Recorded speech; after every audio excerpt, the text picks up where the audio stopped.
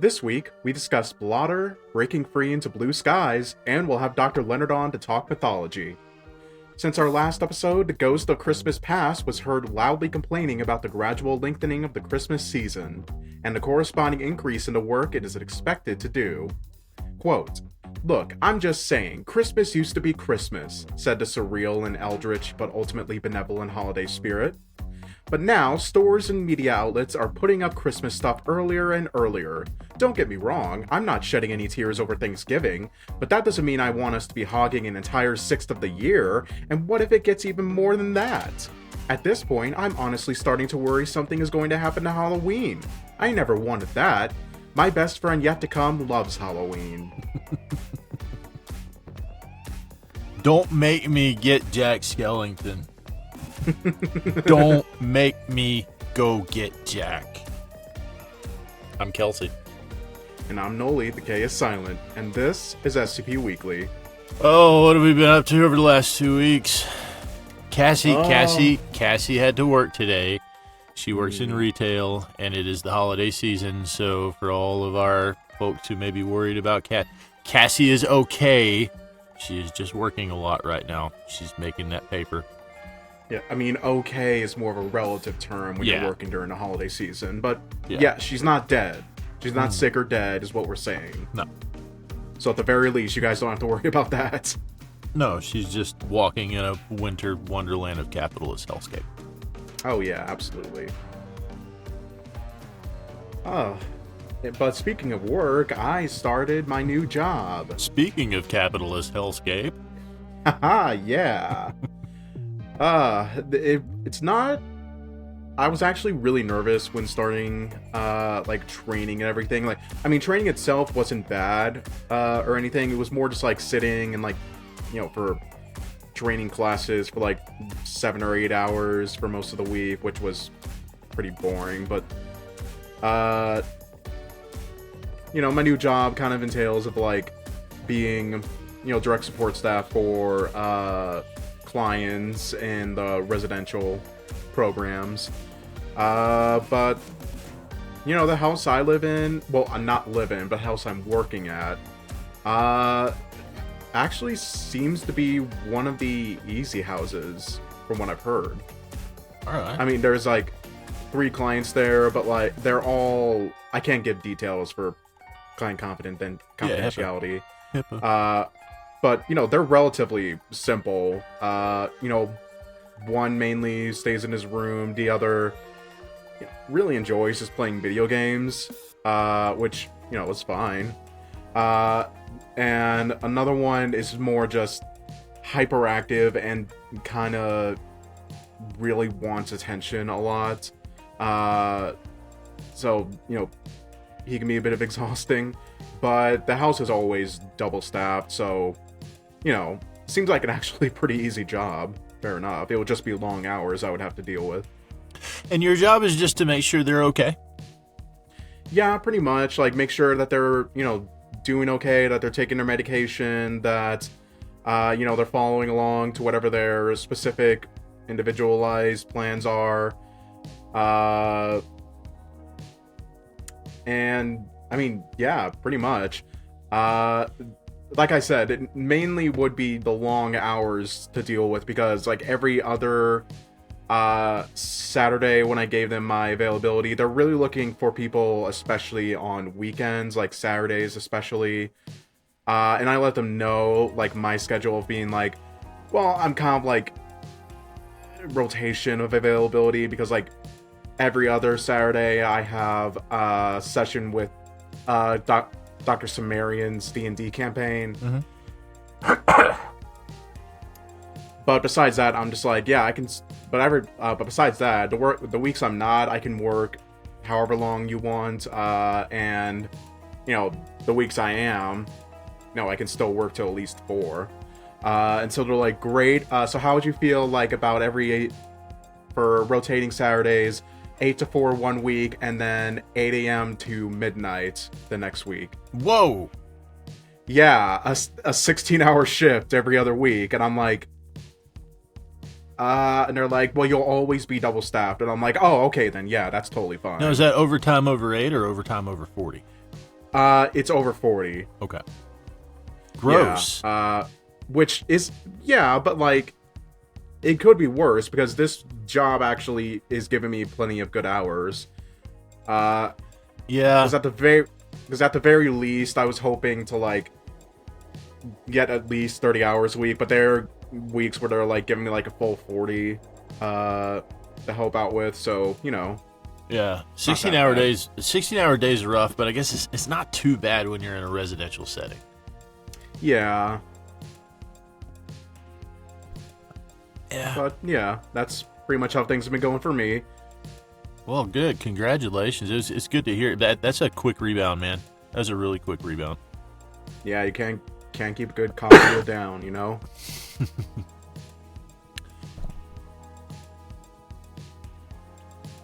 Anything with you? Yeah.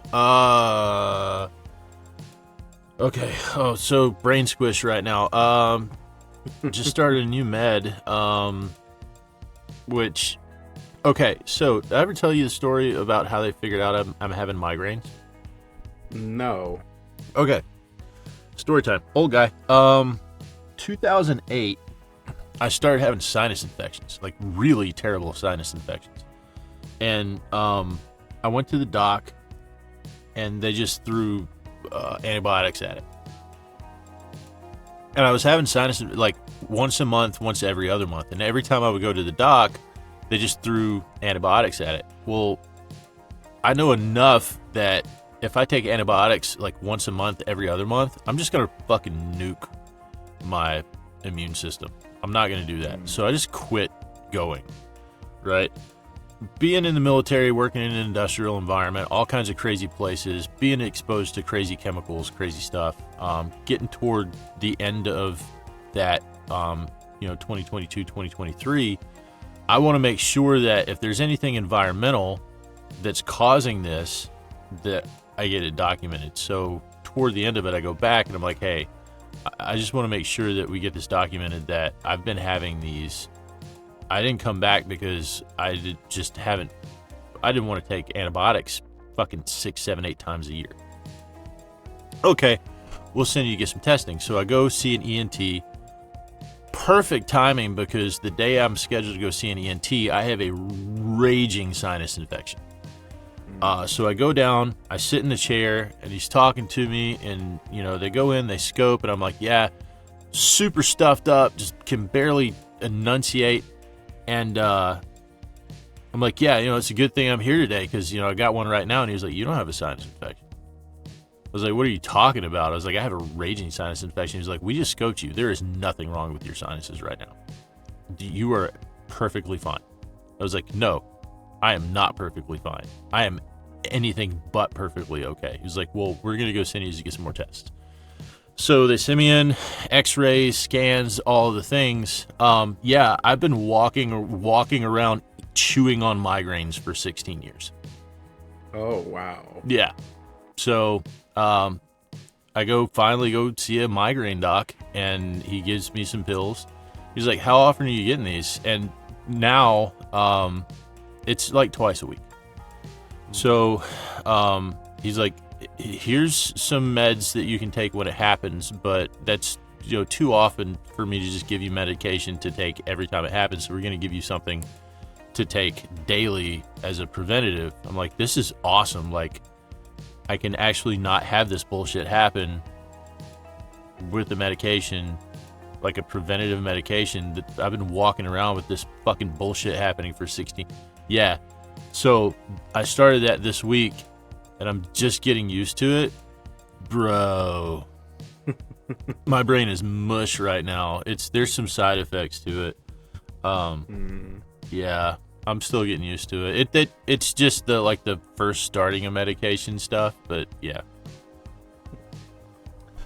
That's kind of the biggest thing that's happening right now. Migraine med.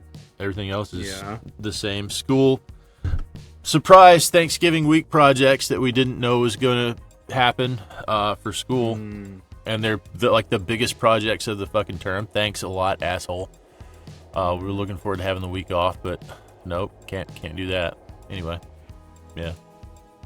Yeah, sorry about that. Yeah, and my wife dropped the bomb on us this week that my daughter told her that she hates Thanksgiving food. I love Thanksgiving food. Like, I love it. Thanksgiving food is some of my favorite food. Like the turkey, the green bean casserole, the mashed potatoes, the mac and cheese, like all the potatoes and gravy. Like, I've been looking forward to, like, because I cook, and like I will cook an entire Thanksgiving meal. Guess not this year. So, yeah, we'll be doing something different this year. I don't know what we'll be doing yet, but not Thanksgiving food. Yeah. Dang. Yeah. But it'll still be okay. Yeah. It'll be Thanksgiving and we'll be together. So. Yeah. Oh, and SCP Unredacted, we got a casting call out for DJ Cactus. Was it 88? Ooh, my God. Am I going to say it wrong? 8833. 8830. I almost said 8899. 8833, 1979. Bro, we've gotten at least 24 auditions in for that so far. Jesus I'm just Christ. dumping them into the Dropbox. It's like 6 a day at least that are coming in. And like I said, typically the VAs will schedule, like, they'll schedule it out because most VAs will do multiple auditions all on the same day. So a lot of them will wait until the last minute, and you see a whole bunch come in on the weekend. So the casting ends this next Sunday, a week from today, at midnight. So I don't expect to see the bulk of the auditions until a week from today, or even start coming in until Saturday. So we're going to have a ton of auditions to go through for this DJ Cactus episode, which is going to be great. So that's out there. That's going to be fun to go through those auditions and then to put that episode together. I'm excited for that one. Yeah, I know that I've had a few people contact me and trying to be like asking specific questions of being like, one guy from Scotland being like, hey, is a Scottish accent okay, or do you need something specific? And like a few other people that we've worked with before, like I know Mike Vale said he was auditioning for a few roles. Cass Haswell, they were sending in auditions. I think they would be amazing in the B GD class Kalmbach, role. Synchro Score got one in. Yeah, saw one from him. And I actually listened to it. It's really good. Yeah.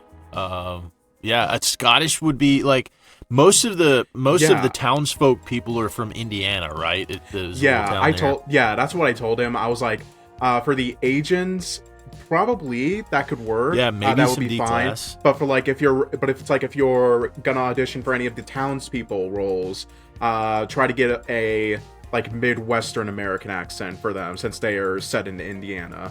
Yeah, but the thing is, send in the audition because there are going to be future roles, and we're going to listen to every single one of these auditions, and sometime in the future, we're going to have another episode. We're going to have another, SCP that we're doing, and we're going to have a character that your voice may be perfect for, and I might think right back to it and be like, that guy.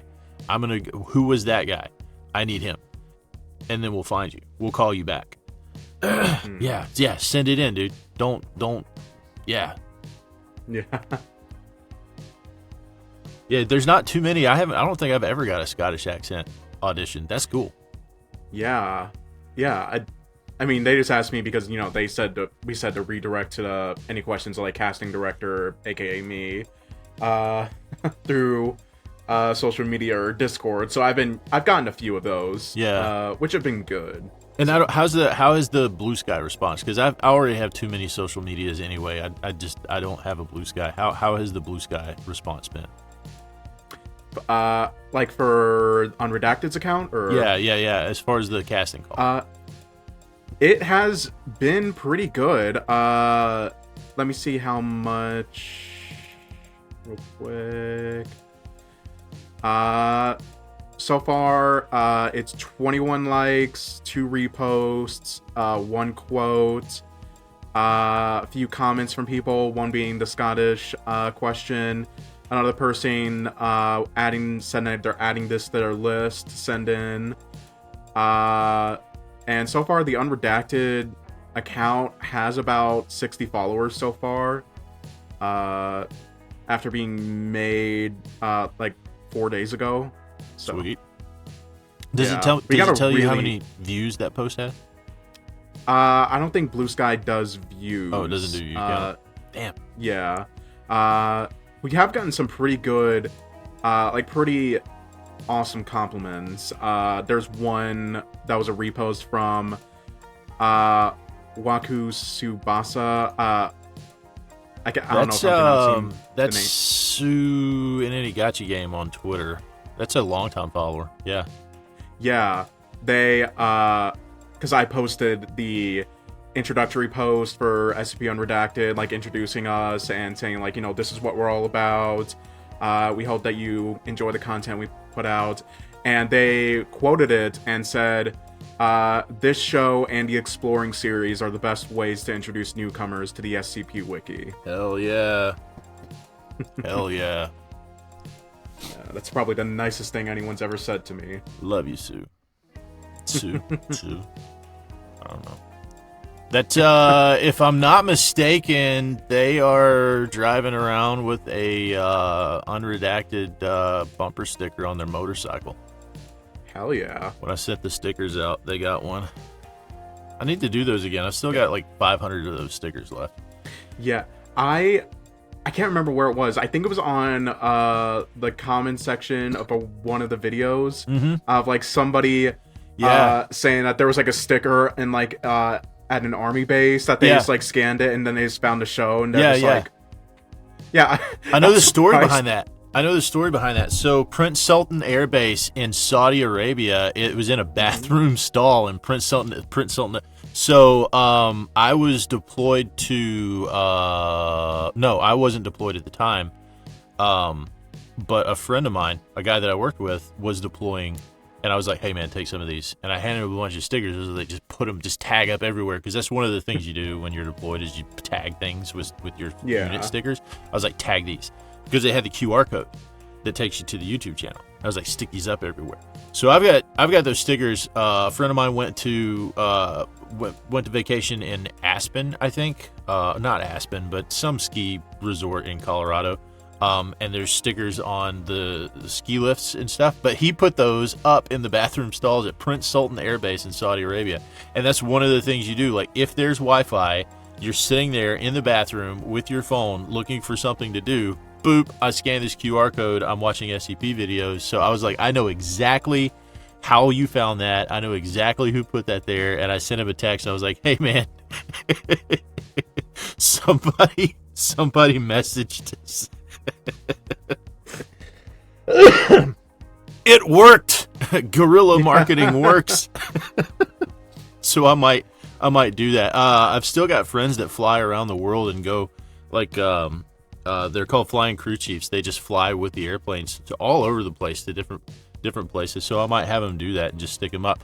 The problem is the only people that in the places that they go are the people who go, because it's not like they go out into a whole lot into like, well, I'll see if they can stick them up in like bar bathrooms and shit. That would be fun.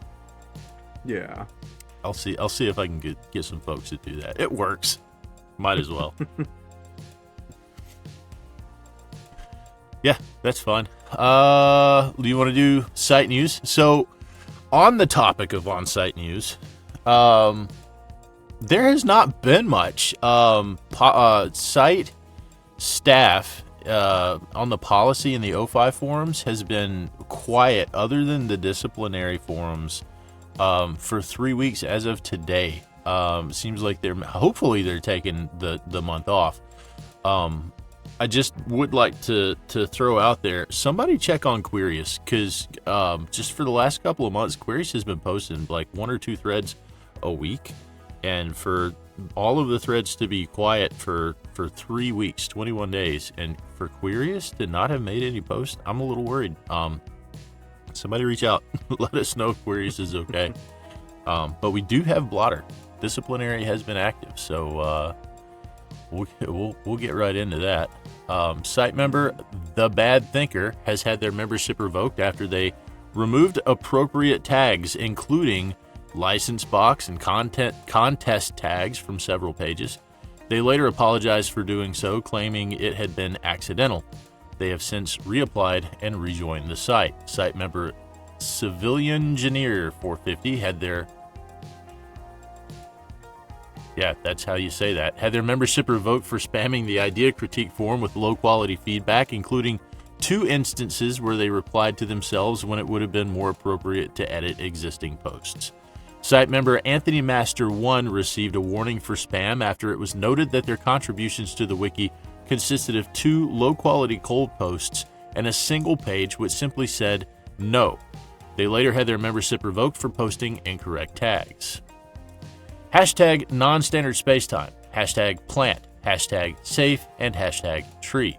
Notably, tags on the SCP Wiki do not normally include hashtags. Moderators have noted that site member SEC_the acronym has posted several long and somewhat belligerent comments on several pages.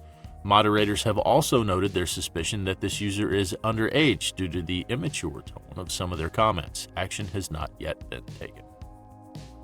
Site member Podic, who is not a member of site staff, has received a permanent ban for vandalizing several pages which they believe to be spam by adding -spam to their titles and removing significant portions of their text. Site member... I need to look at this. Ledia Blow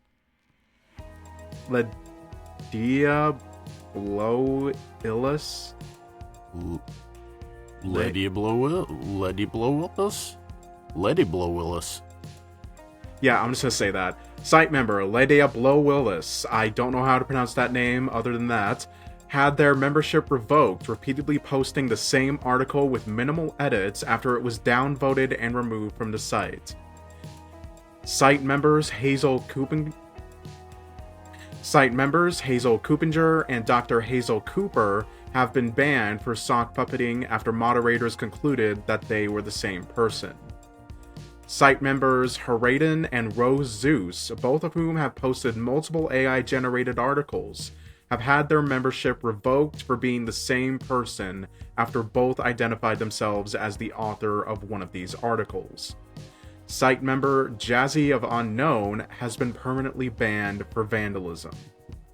Site member Sid Rafton had their membership revoked for posting multiple blank pages. After reapplying and rejoining the site, they received a month-long ban for posting additional blank pages. They appealed that ban, and when the appeal was declined, they returned under the name Dr. Dershan Denwald, causing them to be permanently banned for sock puppeting and ban evasion. Site member Mechatronics has received a year-long ban for malicious downvoting after downvoting all but one of the pages posted by a specific author, including their author page. Staff were able to confirm that all of these downvotes were made on the same day.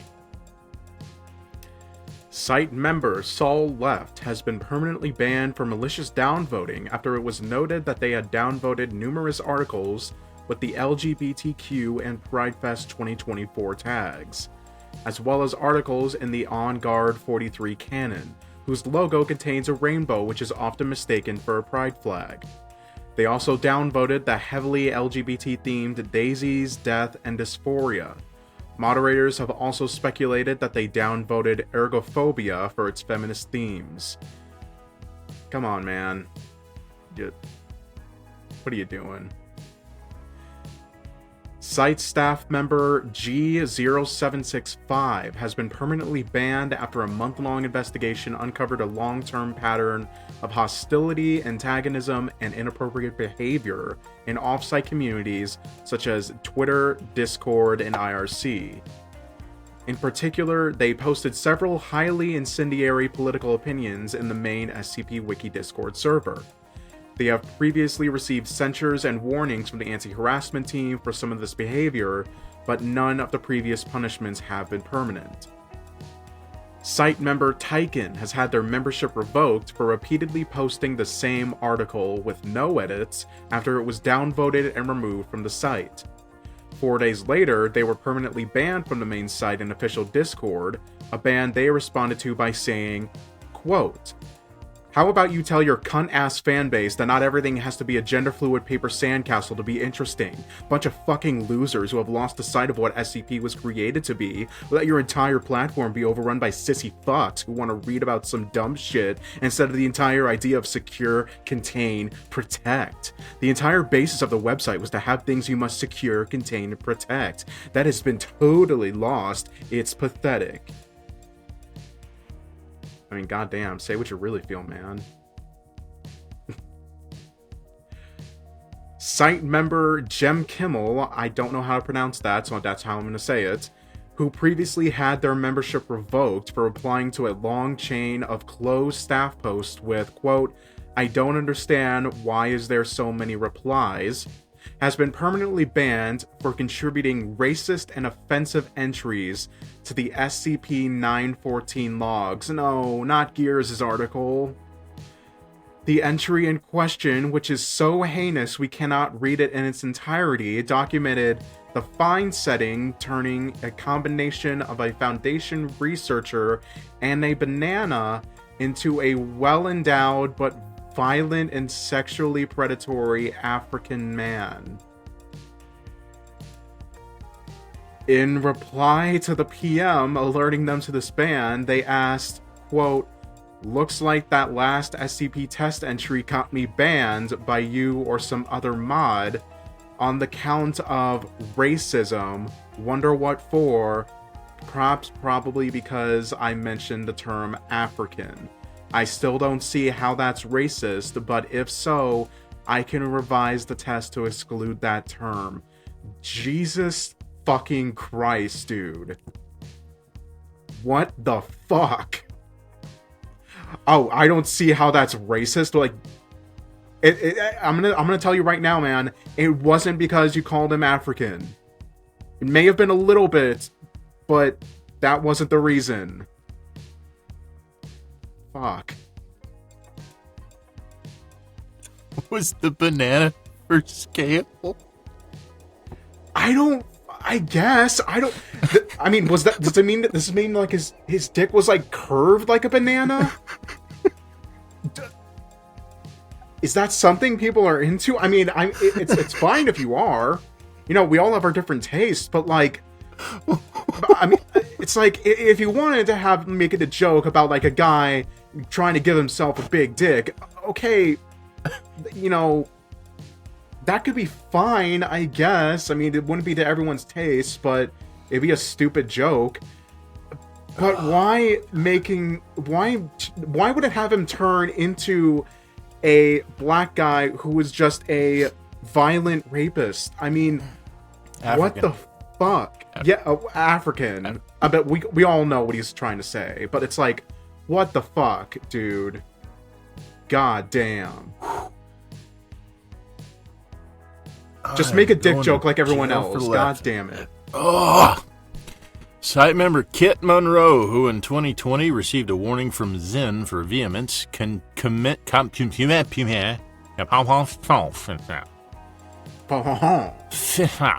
Site member Kit Monroe, who in 2020 received a warning from Zen for vehemence, commented the following on one of Zen's articles. "I am about to admit to what would clearly be considered malicious voting. Please discipline me if necessary. Coming back to this site after a long break, I found I had a chip on my shoulder about a very minor disciplinary action that was taken years ago against me, and I decided to remove the upvote I gave this article because of that.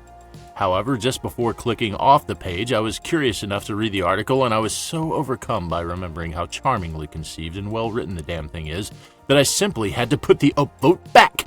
This soup SCP is so good that it made me stop throwing a temper tantrum. Moderators have elected not to take disciplinary action. Since our last Blotter segment, approximately 40 users have been warned or disciplined for AI use." I mean, at least that last one kind of... It's a little heartwarming. I don't know. Yeah, like okay, I guess. I don't know.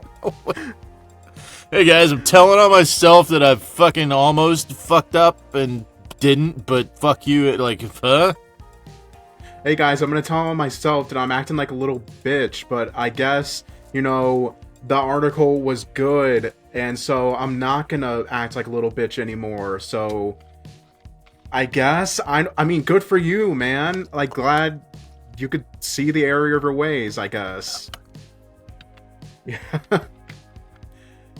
The SCP Wiki is holding its 14th annual Christmas Art Exchange, a Secret Santa event wherein participants are encouraged to make a short post about what gifts, usually writing an artwork, they are capable of creating and what gifts along those lines they would like to receive.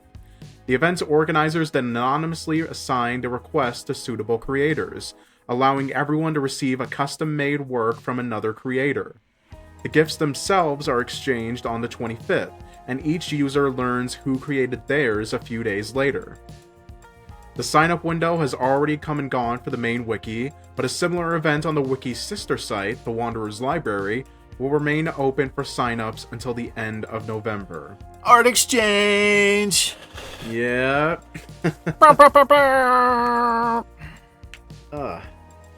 Since the last episode, there have been 30 new SCP articles and 16 new tales.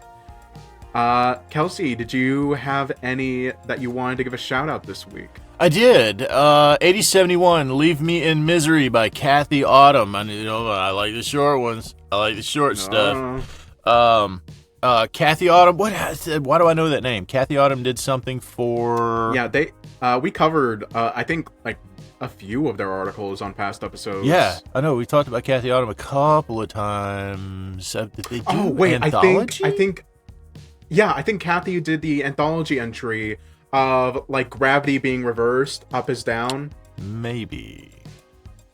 I might be remembering wrong, but I do know that we've covered their articles a few times on the show. So, Leave Me in Misery, right? This is, not to give too much away, but Davites, right? I'm going to just kind of give you some of the ingredients. Davites, death by 1,000 cuts,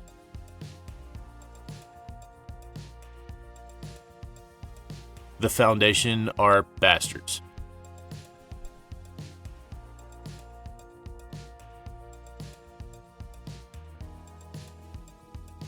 It's pretty good art.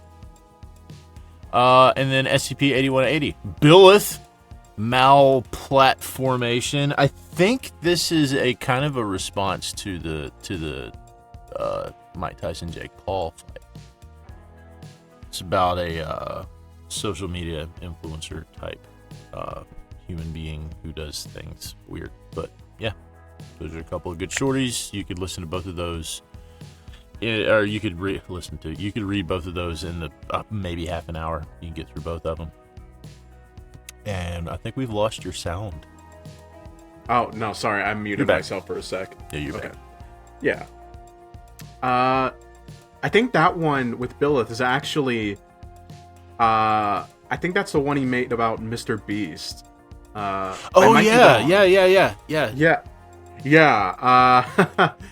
And if you've been following any news about Mr. Beast, you can probably understand why. I haven't. I don't fucking know anything about social media influencers. Yeah, good. It's good that you're too old to understand who these people are or care. Yeah, I don't know that I'm too old to understand. It's just that, like, I'm not impressed by people who are famous just because they're famous. Yeah, they've done a lot of shit. Like he tried to make like a off-brand Lunchables kind of like thing, except it was discovered that like most of them had like mold growing in on them that was making like the kids buying them sick. And like a whole bunch of shit behind the scenes. So yeah. Yeah. Anyway, mine are there's two this week that I have. The first one is SCP-8798, The Old Country by Tufto. A short experimental article that Tufto made. But if you're familiar with Tufto's works, you can understand that it's a banger. And it's one of those that doesn't really describe what the anomaly actually is or what actually happened, but it's more so like making the reader try to connect the dots about what happened and what kind of fuckery that's going on in the article, with seemingly some like an MTF being in charge of a site and essentially using D-class as like slaves for free labor to get to some kind of core that's at the bottom of this cave that just happens to have like some anomalous trait of being very, very fucking dark. But yeah, it's a short article, but it's got that, you know, on-brand Tufto feel to it. Also a cold post, yeah? Yeah, I think it was a cold post. Yeah. But yeah. Post. But yeah, it's a great one. If you know, enjoy short articles and like ones that you kind of have to figure out for yourself, check that out. And then the other one on my list is a tale. Two Sarkics Take a Vacation in Polynesia. Stop me if you've heard this one, by Grigori Karpin. This is another entry in the No Return canon, which, for those unaware, is one of the canons that relates to SCP-6500 Inevitable, which Grigori was one of the authors for. It was like a massive collaboration project. Amazing if you guys haven't read it yet. But so far in the No Return canon, it's been following like one of the timelines that kind of like diverged from the ending of it, where the Foundation realizes that they were actually the reason 6500 was happening, why all the anomalous and magic around the world was disappearing, because, you know, the Foundation was, you know, sealing all of it away. So it was essentially the universe being like, okay, I guess this doesn't have a reason to exist anymore, so it's just making it disappear. And so the Foundation votes to essentially disband as an organization and reform itself along with other groups of interest in order to form a new organization called Vanguard, which, instead of containing anomalies, they're gradually going to, you know, release it to the public, like very basically showing them like, hey, yeah, all of this shit is actually real. We're gonna gradually introduce you to all of these over time, but yeah, monsters are real, magic is real, all of that shit is real, everything that you knew about the world was all a lie, and we're gonna help guide you into this and make anomalous normalcy. And it's been like a storyline of that, mainly of them working with practitioners of Sarkicism, or the Nulka, as they like to be called in universe, with particularly one SCP, I forget the name for him, but his name is Karsis Varus, and for those unaware of what Sarkicism is, a Karsis is essentially like a priest in Sarkicism, except this guy Varus was apparently taught by the Meat Messiah himself, Grand Karsis Ion, which is a whole thing about that. But with working with Vanguard and a few other groups, one of them being the Maxwellist Church, one of the most modern sect of the Church of the Broken God, who are kind of the only sect that are actually willing to work with the Sarkics and trying to understand them. Varus is trying to take this opportunity with Vanguard to try and connect all Sarkics across the world together. Because they've been like in a diaspora for like thousands of years, ever since, you know, Ion disappeared and the Empire fell.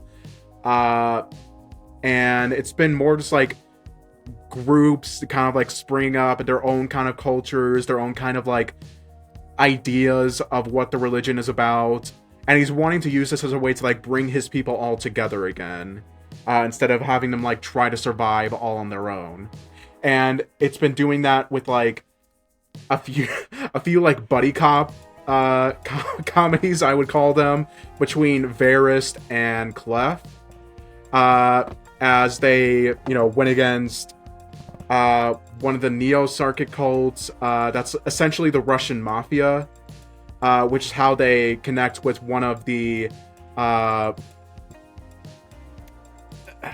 forget, like, the name for them, but they're, like, the main disciples of Ion. He had, like, 4 of them, and Varys essentially is, like, knows that they're still alive, and one of them, Oruk, who was, like, think, like, a bit like Kratos in God of War. He's like that. Was kind of working with this, Russian mafia Neo-Sarkite cult. But Varys recruits him, and then they, stop a, Sarkic town. I forget, again, I'm forgetting a bunch of the numbers for them, but it was a metaphysician article of an unfinished ritual. I think that was it. Like that. The GOC essentially wanting to, like, destroy the town, so Clef and Varys have to, like, get in the way, basically make it like a public news statement of, like, yeah, these are my people, these exist, we've existed for thousands of years, we've existed for, like, 1,000 years longer than Christianity has been around, and the GOC, the United Nations, want to fucking genocide this town, so we're not going to let them do that. And so they saved them. But this tale doesn't actually follow Varys. It follows another one, well, 2 actually, of Ion's disciples, Leviatar and Cern. Mainly Leviatar, who essentially in Sarkic lore was kind of Ion's wife and also, like, main partner. Though Grigori kind of puts it in a way that it's like, oh yeah, they were all in the polycule together. They all fucked. They all fucked Ion. They all fucked each other. Yeah. As one. Yeah, does. Because it's like, okay, yeah, that actually kind of makes the most sense. But it's Leviatar binding and meeting up with Sarn. Sarn, who is more so of, like, the Sarkic patron of justice and vengeance, who in these days, how do I put it, she's essentially a far left terrorist that is wanted in more than a dozen countries for assassinating fascist politicians. So she's fucking baller. And what they're doing is essentially going as representatives for Vanguard to this, like, Sarkic island nation in Polynesia that has been around for, like, several hundred years, and since these people kind of venerate Leviatar and Sarn as, like, like some of the most important people in their religion besides Ion, they're like, okay, we can try to have some sway. Doesn't work when the first thing that they land on is Sarn immediately trying to gut a cop because, he tried to, like, be like, hey, who the fuck are you? Because Sarn is, like, full ACAB, and I'm like, okay, it's like, yeah, she's fucking up, but it's hard to hate her because it's like, God, I love this so much. But essentially, it's like them trying to convince this island nation of being like, hey, the old ways of, like, how the world was are gone. Anomalous is now gonna come as the new normal. We're trying to bring all of our people together. But at the same time, the robo-racists, Church of the Broken God, are trying to launch an invasion on this island because they seen these people who are just living out their lives as abominations and want to try to kill everyone on this island nation. And so now Leviatar and Sarn have to basically, like, by themselves, take on this, like, small invasion force. And it's fucking awesome. Especially because Grigori uses it to kind of highlight certain recent political events that I'm sure you guys can guess. And really highlighting, like, the pure ignorance and sheer religious zealotry that's, like, motivating like the Church of the Broken God to do this, clearly showing that they have no fucking idea what these people actually believe or who they even really are. because they're just like, oh, you worship Yaldabaoth, and it's like, you want to, take over the world for your god, and they're just like, dude, we kill gods. We don't worship Yaldabaoth. We fucking hate that motherfucker. Ion ascended so he can eat and devour that motherfucker. Like, we are not anything, like, we're a little bit, but not everything, like you say. And it's a bit of a longer tale, but I think it's very well done. And I've been yapping about it the whole time, and I'm very sorry about that. I just really enjoyed this tale and the No Return canon as a whole. But yeah, if you really enjoy sarcasm and you really enjoy seeing a timeline where the Foundation realizes they are the bad guys and try to get their shit together to make the world better, go read this tale. And go read No Return in general. Yeah? Yeah. Been talking for like 12 minutes straight now.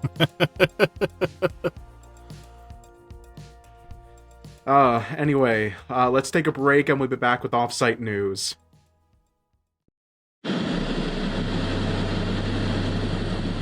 Come in. 15, are you receiving?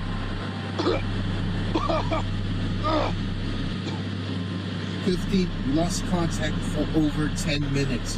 What's going on? I'm not 15. I'm Taylor. It's Taylor Wrangler. Hey? Why are you using 15's gear? What happened to 15? 15's dead, man. He's killing us. He's killing us all. What?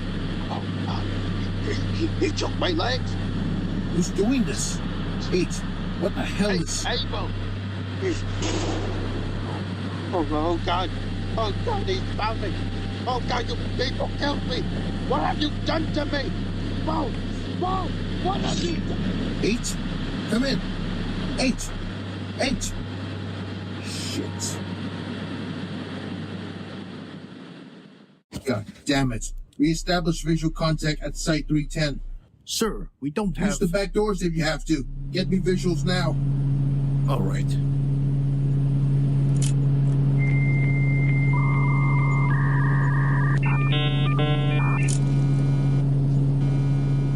Christ. Terrible. Dear God, who could have done this? You know who, Jay. Well, where is he then? What the hell was that? It's him. Where does that hallway lead? The cafeteria. Jesus. What the fuck does he want? Sir, I'm pulling up the site layouts. I think based on his movement, he's heading for the control room. What? He's trying to activate the warheads? Sir, we're gonna have to do it. We need to activate Protocol Beta 1, the neurotoxins. No. There has to be another. There are 36 Keters contained at that site. There are over 200 personnel working there. It floods the entire building. They're already dead, Kane. They're gonna die along with the rest of the world if we don't do this.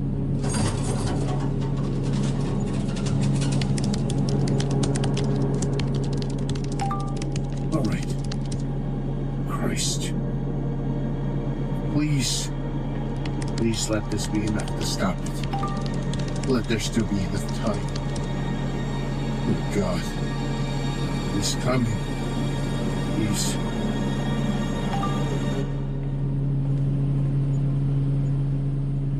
Wait, what the fuck? Sir, the activation code!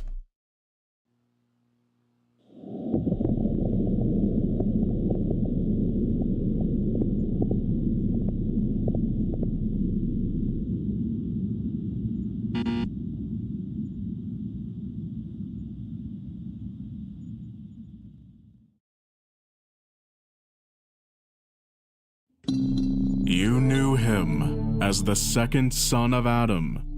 You knew him as General Bo's weapon of mass destruction. You knew him as O76-2, the murdered murderer. But have you ever known him as a plushie? That's right, loyal Marshall Carter and Dark Limited customers. It's the first sword of Davon, Abel Ben Adam, now available to purchase from your local MC&D retailers and also online. For just $50 plus shipping, this 20cm foam and fluff replication of the Wanderer of 1,000 Winters will be yours. Comes with several amazing features such as completely accurate anatomical insides, entirely composed of the finest quality of PP cotton, the ability to communicate telepathically to other Able plushies. They're talking to each other. We think. Probably some riveting stuff.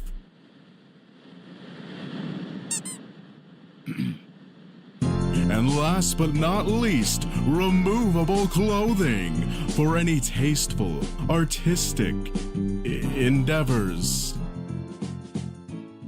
Get your hands on the sexiest murder hobo that Anomalous Tumblr has to offer. Just go to this link. Remember, pre-orders are available until November 7th, and product is expected to be shipped out by winter 2025. Buy now. Please, they're... Come on, guys, please, they have my family. They're gonna kill me and my family if we don't sell this. Please, just... No. Wait, no, it's not my fault. It's not my fault. It's not...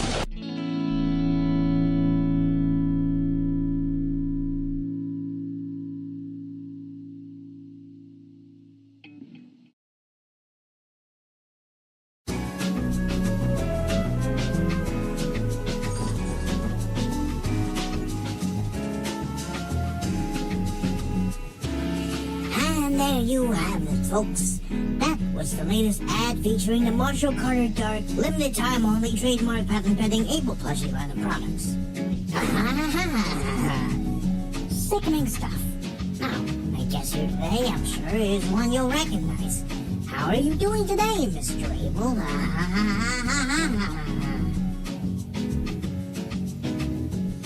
Your silence speaks louder than words. Having somehow been inexplicably transformed into a soft, huggable form sometime during a great Site 310 catastrophe, it hasn't been easy for Abel here. Especially not after Marshall Carter and Dark's attempts to mass clone him and profit off of his image. Completely deprived of any royalties and permanently barred from Omega 7, Abel is now essentially... What? What's happening? What's going on? Why is it doing that? Can they do that? He shouldn't be able to? Abel, stop. I said stop. Alright, thank you. Abel is now essentially without hope, and so he is here today to share his sad tale.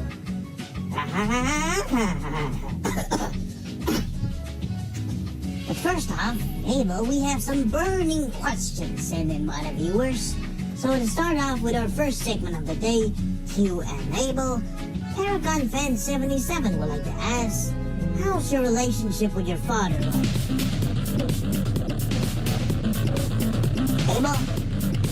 Abel? Do we know if King got turned into a plushie too? What? God, I fucking hate the writer's strike.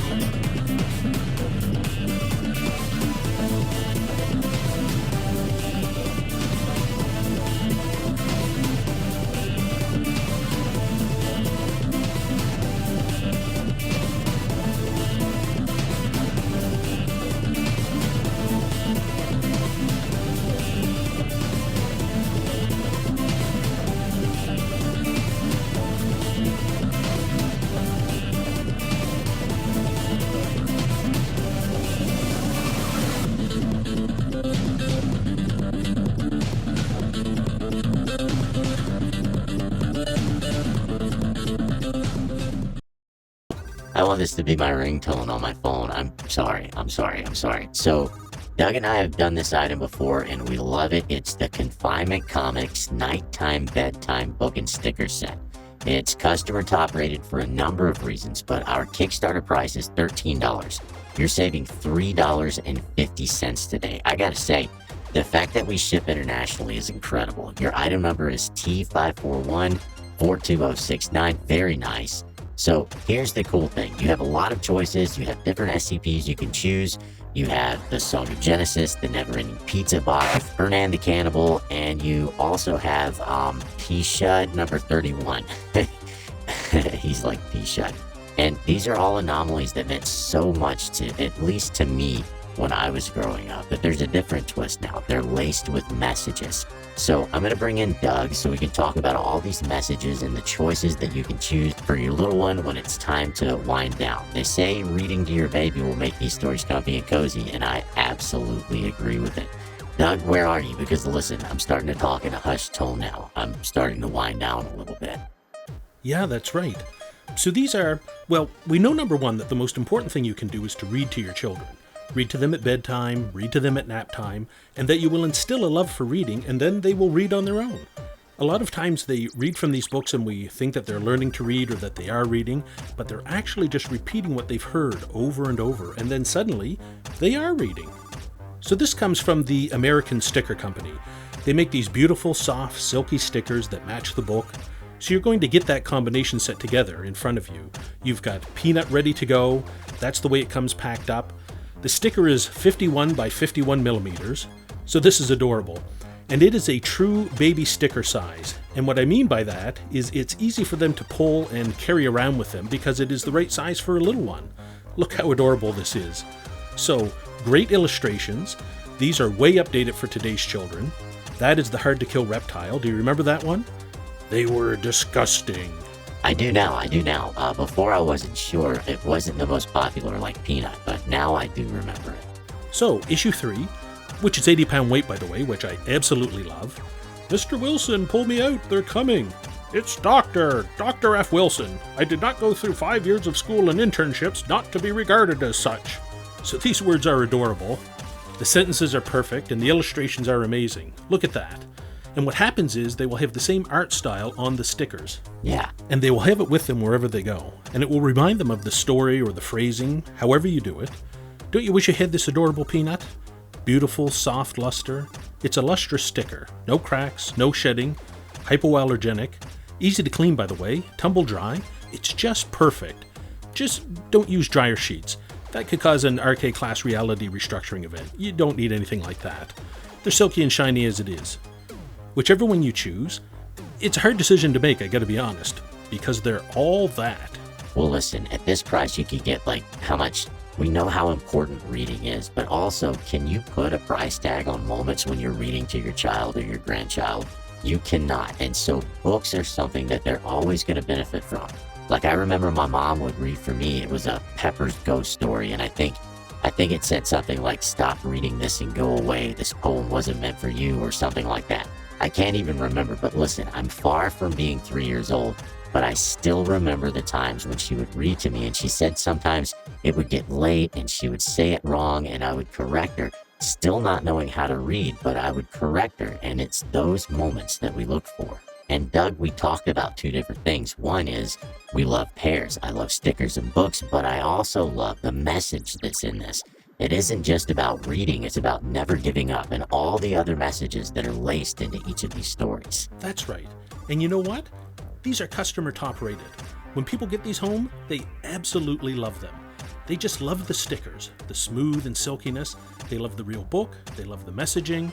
So it's just about whatever one you choose. So many people will remember so many of these choices. Again, which one is the most difficult decision you have to make? So many choices, and I'll give them to you again. Fine dining, Connor turns into a log in this one, and 31 meatball subs and counting. It's the Confinement Comics Nighttime Bedtime Book and Sticker Set. Pre-sale price $13 per issue. That's a savings of $3.50. Thank you so much, Doug. I can't wait to read every one of these. And friends, for all of those that love existential bedtime horror stories for the Thanks to our sponsor, Dado is make good Dado film. Dado is make exciting film in this one. Also, Dado film is attempt to be sabotaged by strange person in movie. Dado is not remember person when making movie, but sometimes Dado is doing a small forgetful. However, Dado also very resourceful, and so he is thrown in Paddy Wagon by Dado Movie Police. Good film, I give 10/10 IMDb and Rotter Tomat. If you like this content, then hit the subscribe button and turn on notifications for the channel. If you're watching on YouTube, that's what the algorithm likes, and it would really help us get the word out about what's going on in the SCP community. If you want to support us beyond that, you can sponsor the show at patreon.com/SCP Weekly for as little as $2 a month. What's going on in offsite news? In offsite news, due to recent events that don't need repeating, it appears that the SCP community at large, among others, are finally abandoning Twitter altogether, thank God, and migrating to the social media platform known as BlueSky. Thanks to web extensions and actual harsh guidelines against Nazis and MAGA shitheels, the site has quickly become a place of peace and creativity for the community.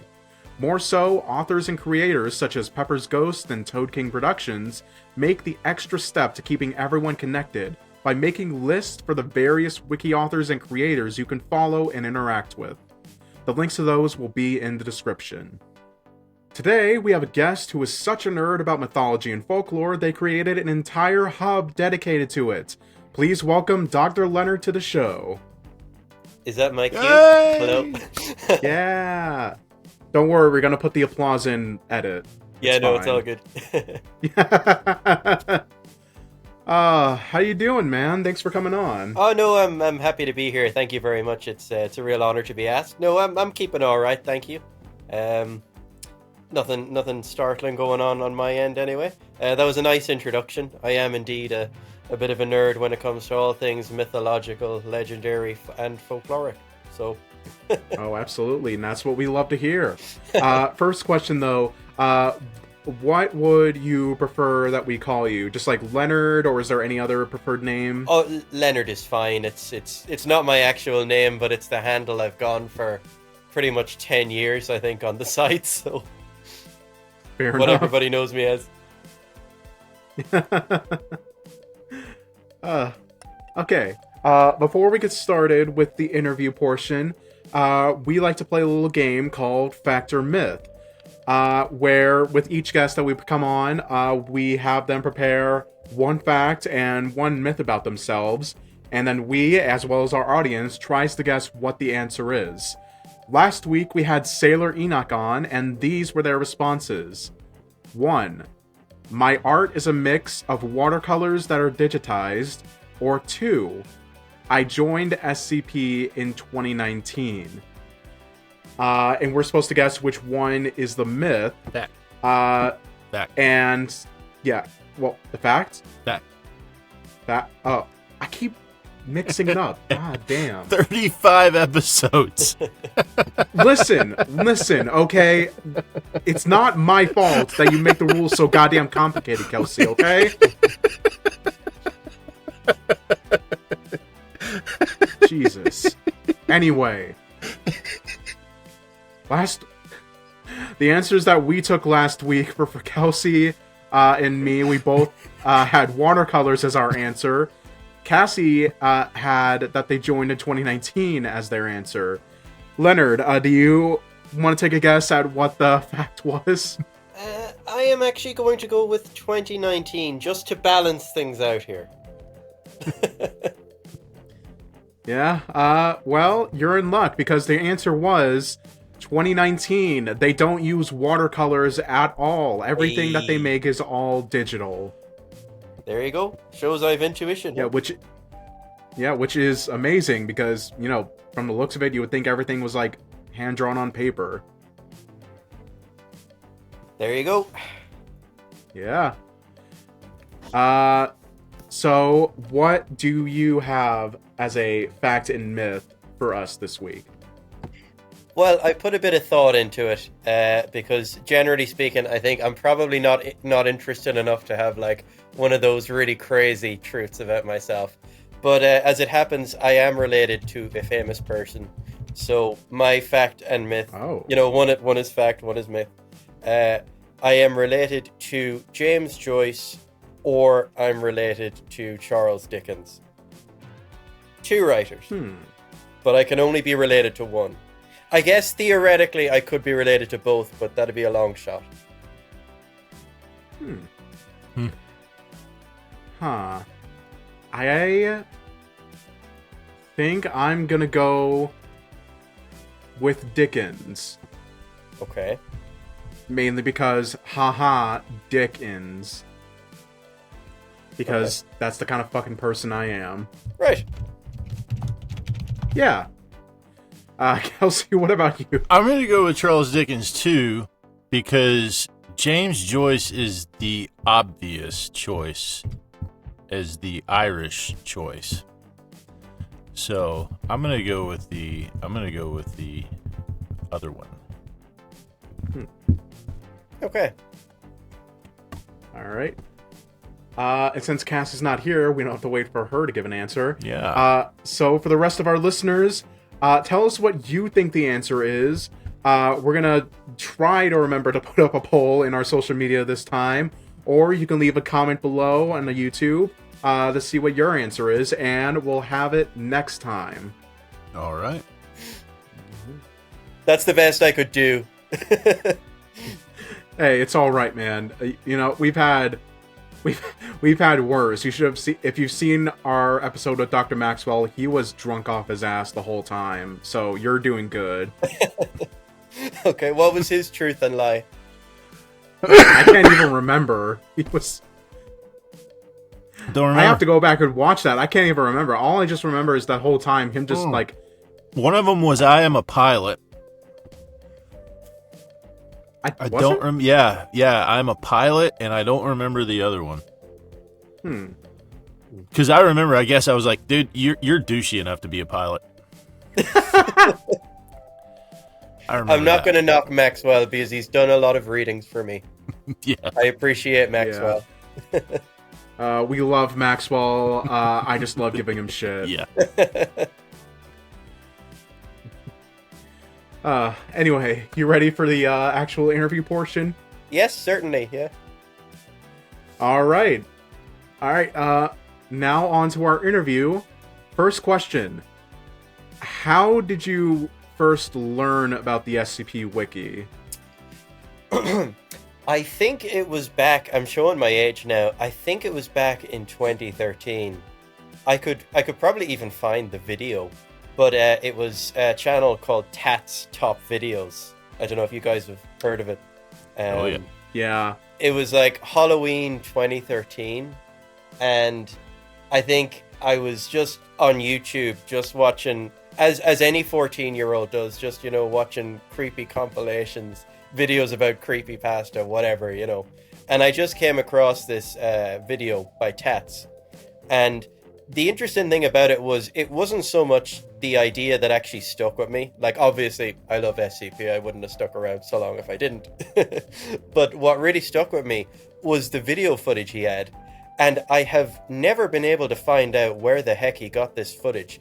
Because it was like this grainy black and white footage of this ugly mouse-like creature that was fighting these researchers that were trying to dissect it. It was really high quality. Like, as far as I remember, I was 14 at the time, but it seemed really high quality.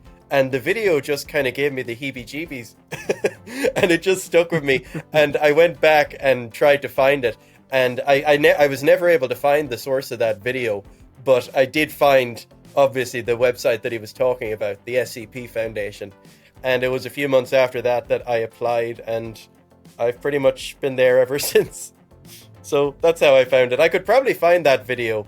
I would actually, maybe one of your listeners even knows where the heck Tats managed to get this thing from, because it was really creepy little video. But yeah, I could probably find it at some point, because I'd be very interested to hear where he got it. Nice. So did you just join the wiki like shortly after that, or is it like, because I know that there was like a certain age you have to be to like actually join. Oh yes. I think back in those days, I think they've changed it since. Back then it was 15, and I would have been 14, and I just thought, fuck it, you know. So I think I joined a couple of months after that, around December. And I was kind of a member, like, part-time. I wrote, for the first, like, year or so, I think I uploaded, like, a few cold posts, you know, and obviously they didn't do very well. I wrote a few intermittently between, like, 2015 and probably 2020. I deleted a lot of them because I'm not as bad as I used to be, but I used to just be really perfectionist about stuff.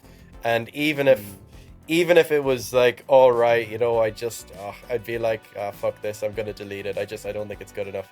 But it's only in the last few years that I've kind of been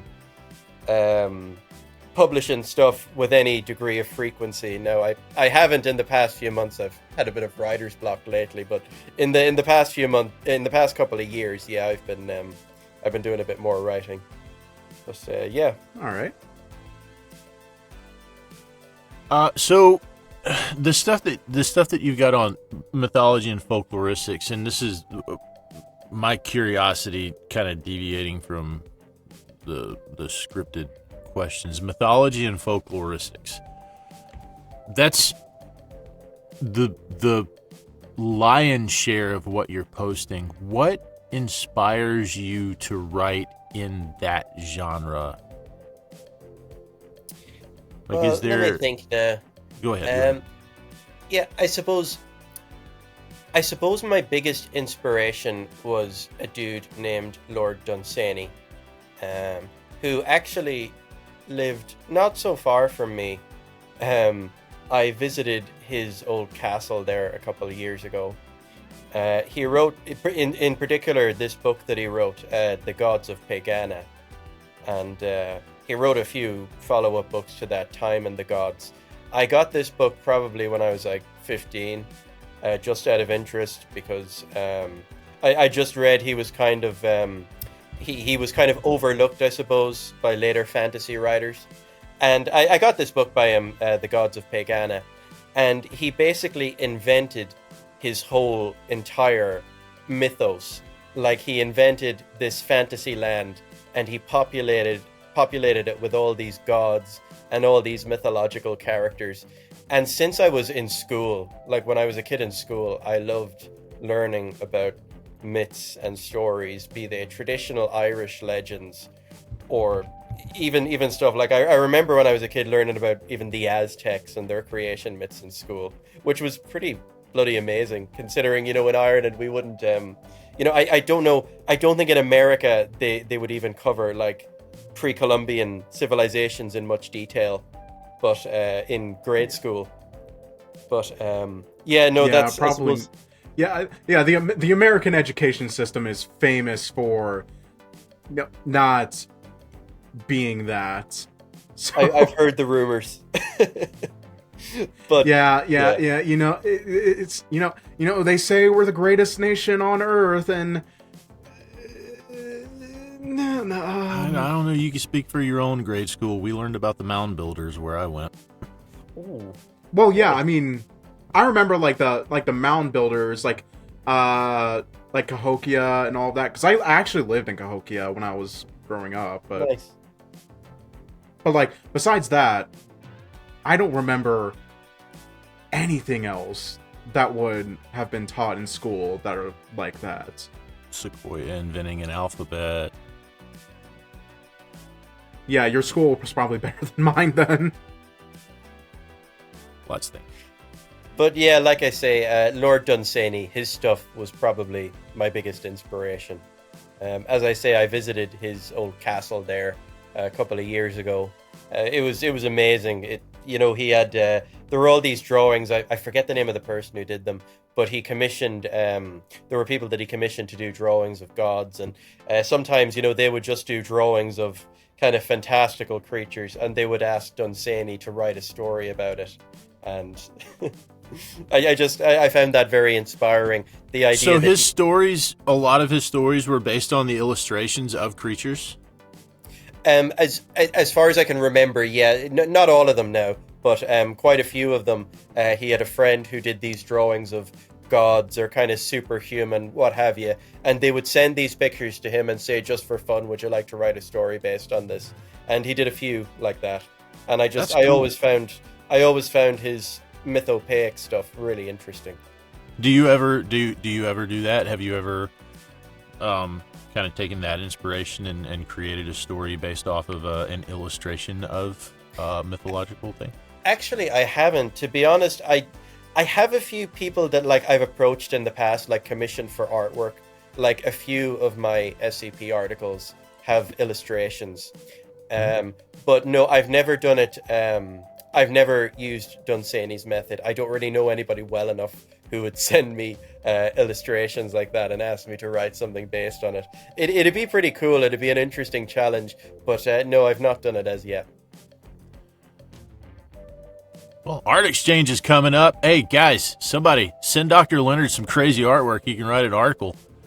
Oh, that'd be really cool. But to be quite honest, I've tried art exchange in the past, and it never ends well. I suck at deadlines. So I'm not, it'd be nice to get artwork, but I'm not going to subject anybody to my laziness because I like I say, I'm not good at deadlines. Oh, somebody's listening. Poofy. What, Poofy? Poofson. Poofy. Does Poofy do art? I think Poofy does do art. I can't remember if they do art. Poofy will send you something scribbled on the back of a napkin. Poofy works in art. How does Poofy not do art? I don't fucking know. I can get Dino Draws to get something. Yeah. Does Dino Draws draw?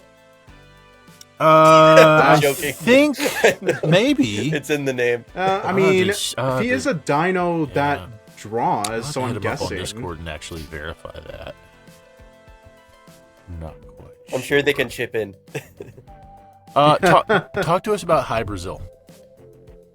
Oh, My Brazil. What was your inspiration on High Brazil?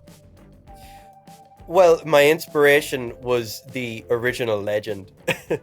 Also, now forgive me if I'm wrong because it's been so long since I've read this.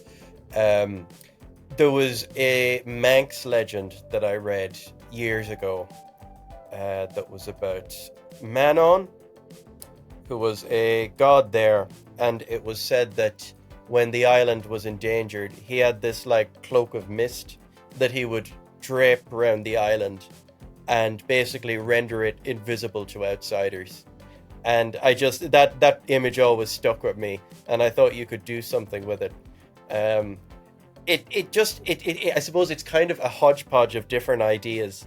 Like the thing about him, the fictional king of High Brazil, being born on February 29th and only aging 1 day every 4 years, or 1 year for every 4. I don't know where these things come from. It's just they're just kind of drawn from the ether and just assembled together, and I think it works all right. So. And this is Dermid, right? Dermid. King Dermid, yeah. Dermid the Ageless, yeah. Not to be confused with the other Brazil.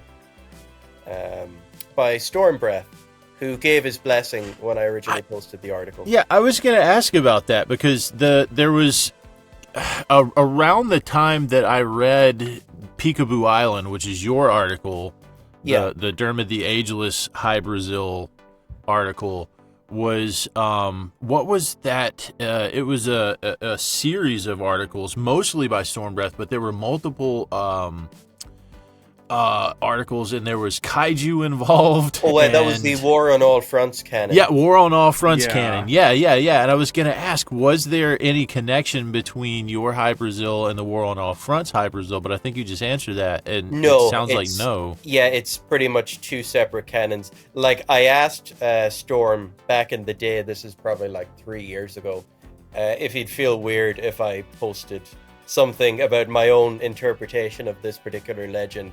And he said to me, it was something like, don't worry about it. He said, if the wiki has like 6 King Arthurs, it can have 2 High Brazils. So I took that as a blessing to go ahead and post. Okay. But that's the great thing about SCP. You know, when there's no set canon, you know, it leaves all sorts of room for interpretation. different renderings of the same ideas, different views on different concepts. I think it's a key to the site's longevity, really. Yeah, that's a question that's been itching in the back of my brain for a while, because like I said, I read both of those around the same time frame, and not knowing about there being an original Legend of High Brazil that they both were based on, I thought like they sound like they're connected. They both sound the same, kind of a cloaked island that moves around, but these two, they don't seem connected at all. Like, this is like fantasy fairies folklore. This is Godzilla and shit. I don't understand. But now that we've talked, this is why we have this show. This is why we do these things. Thank you so much for clarifying. Just in case anybody thought I was plagiarizing Storm Breath, I'm actually just plagiarizing Irish mythology. Yeah. And you're Irish, so it's totally fine then. Yeah, it's fine. Yeah. In all seriousness, I do turn to Irish mythology in particular. Kind of when it's I need only inspiration. cultural appropriation if you're Storm Breath. Exactly. Yeah, exactly.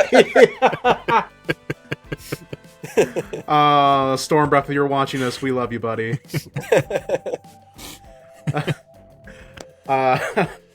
Okay. All right. Next question. Seeing as you're, such a fucking nerd about mythology, and I say that lovingly as a nerd myself. Yeah. What drew you into having such a passion for mythology and folklore? Well, like I say, I think it goes back to when I was in school. I always loved hearing about all these ancient myths and legends. Like when we were in school, we do kind of religion class, which I think has kind of fallen by the wayside in recent years. But when I was in school, we did kind of Bible stories and stuff. And some of the other kids, they would either find it boring or they would be happy that it was Bible studies because it kind of gave them an excuse to just kind of have a laugh or whatever. But I remember I just found some of them quite interesting. They really stuck with me. Even when I was a kid reading like Grimm's fairy tales and stuff. The whole folkloric and mythological motifs they just really stuck with me. I don't know why they interest me so much. Who can explain these things really? But it's always been something of a passion of mine. Yeah, like it always felt like there was a lot more magic in the world from these stories. Like even though you knew they were myths, so it's like they're just stories, but like just hearing them made the world feel like so much cooler, I'm guessing, as like when you were a kid. Yeah, more mysterious. Yeah. And I know exactly what you mean, yeah. Yeah, it's kind of like the same for me too, because it's like as you grow up, it's like easy to get cynical and like just be like, oh, the world is how it is. And that's not necessarily a bad thing to see. It's good to have, it's like reality checks about the world. But it's also good, in my opinion, I would say, to always have that sense of awe and like magic, that there's something, that there at least was something, mysterious and grandeur about the world.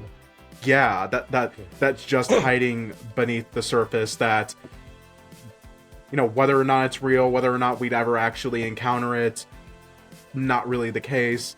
It's just the idea that like, oh, this could have been a thing, and it's like thinking about that and always like pondering about that just makes everything feel like so much more wonder, I suppose. Yeah, no, that's very true.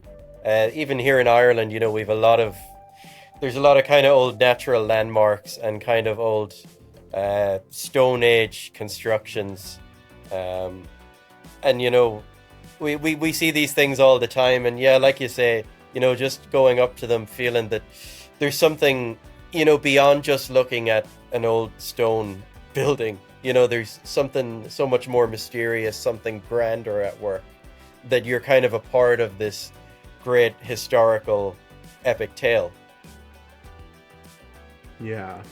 Yeah, I've always been intrigued by the meta effect that myths have on like cultures and like the collective consciousness.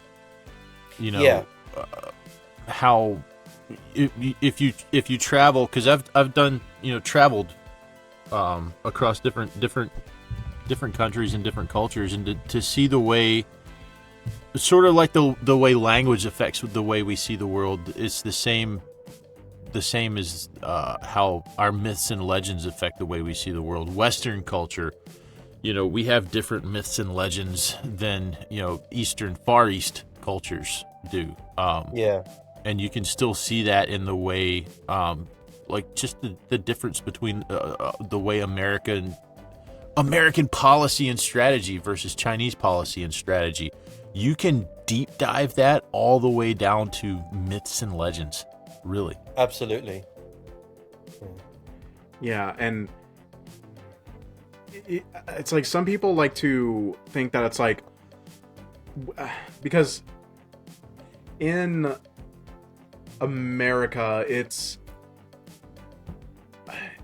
always gets kind of, I think, at least for me, hard to kind of like think about some kind of like mythology or folklore with American tales. But even then, it's like there are those that exist that like, yeah, these are all clearly stories, but they seem larger than life. Of like Paul Bunyan for taking one of them, or Here's some critters like or like the legend of John Henry, and like or even like just like mythological creatures like the Jersey Devil.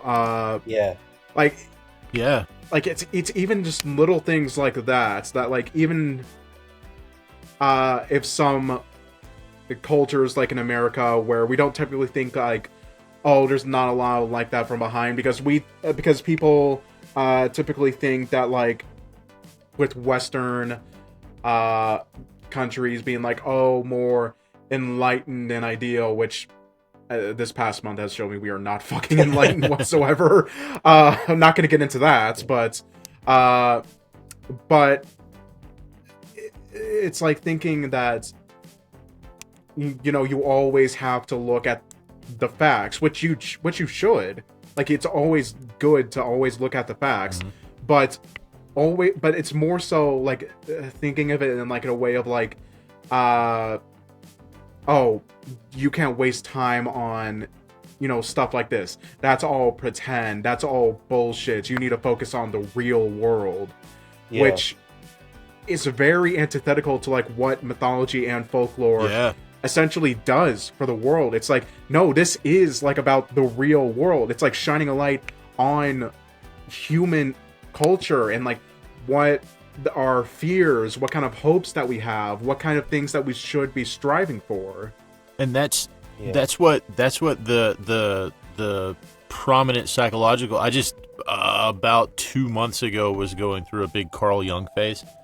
It was like going through the Red Book and everything. The prominent psychological community at the time was telling Carl Jung in like 1913. Carl Jung called the rise of German nationalism in 1913. He called the rise of German nationalism before World War I even kicked off. He was like, something nasty is happening in Germany right now, and it was because of that, like what he called the collective consciousness, and it was the manifestation of the German ideal, the mythological hero was rising in the minds of the German people, and it ultimately manifested, not in a way that was good for the world. So that's the thing to pay attention to. The American folk hero, Johnny Appleseed, Pecos Bill, Paul Bunyan, right? Individualism, independent individualism. That's the American ideal, right? And so that's you know, if you look at those folk heroes and you look at those mythological characters that we idealize as heroes, what would rise as that hero in the collective consciousness? That's an important thing to look at. Billy the Kid. Yeah. I mean, I know you said we're trying to stay away from American politics. It's actually something that I am quite interested in myself. But I do wonder to what extent the indictments against Trump kind of played into that image. You know, he's the badass outlaw. You know, you're not fucking wrong. Yeah. You're not fucking wrong at all. Yeah, it's... I essentially see that as, like, the dark side of, like, mythological undertaking of, like, desperately wanting to try to find this, like, idealized hero or savior that you look for it in all the wrong places. Yeah. That you find something or someone that, even if they absolutely do not fit the criteria, if, like, enough people say that it's like, oh, yeah, no, this is our... fucking American Wonderkind or some shit like that, people will latch onto that no matter how much it would say, like, no, that is an absolute... It's like, that's absolutely not true. This guy is absolutely the opposite of what you should be looking for. It's like the dark side of things, dark side of mythology, when it's like you're focusing way too much on the idea of what things should be without focusing on, like, the actual real state of the world. Yeah. That you just get a cult following around it, essentially. And it's not there's a balance between, like, you know, looking at the real world and also keeping ideals of, like, what things should be. It's like always go it's like people would always go, like, one or the other. Yeah. And whenever you do that, whenever you go onto one of those extremes, it always fucking ends badly. I think psychologists... Sorry. Oh, go ahead, Leonard. Go ahead. Yeah, I was going to say, I do think psychologists of the future, and probably to some extent the present day, I'm not super well read on it. As I say, I'm just kind of a visitor to American politics. But I do think psychologists of the future will have an absolute field day dissecting QAnon and the MAGA movement as a whole, and this kind of mythology that they've built up about an evil elite class and Trump as the messiah to make the world safe for good working Christian white men. You know, I do think it's really interesting from a psychological perspective what kind of drives people to buy into this stuff, otherwise reasonable people. Like, I remember, I don't remember exactly who it was I was speaking to, but they were saying that they spent some time in America, this small town, and there were doctors and lawyers, and they were intelligent people, but they fully believed that Donald Trump was their fucking Lord and Savior. Pardon my French. Like, it's insane. It's just, if you were otherwise reasonable people. If you were to describe the world in 2024 to someone from 2014, they would think it was like a piece of shit dystopian novel. Like, it's absurd. It really is just absurd. I forget where I heard it, but somebody once said that's the difference between stories and the real world.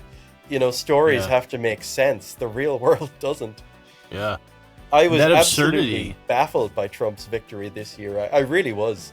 I was absolutely certain that Harris was going to win.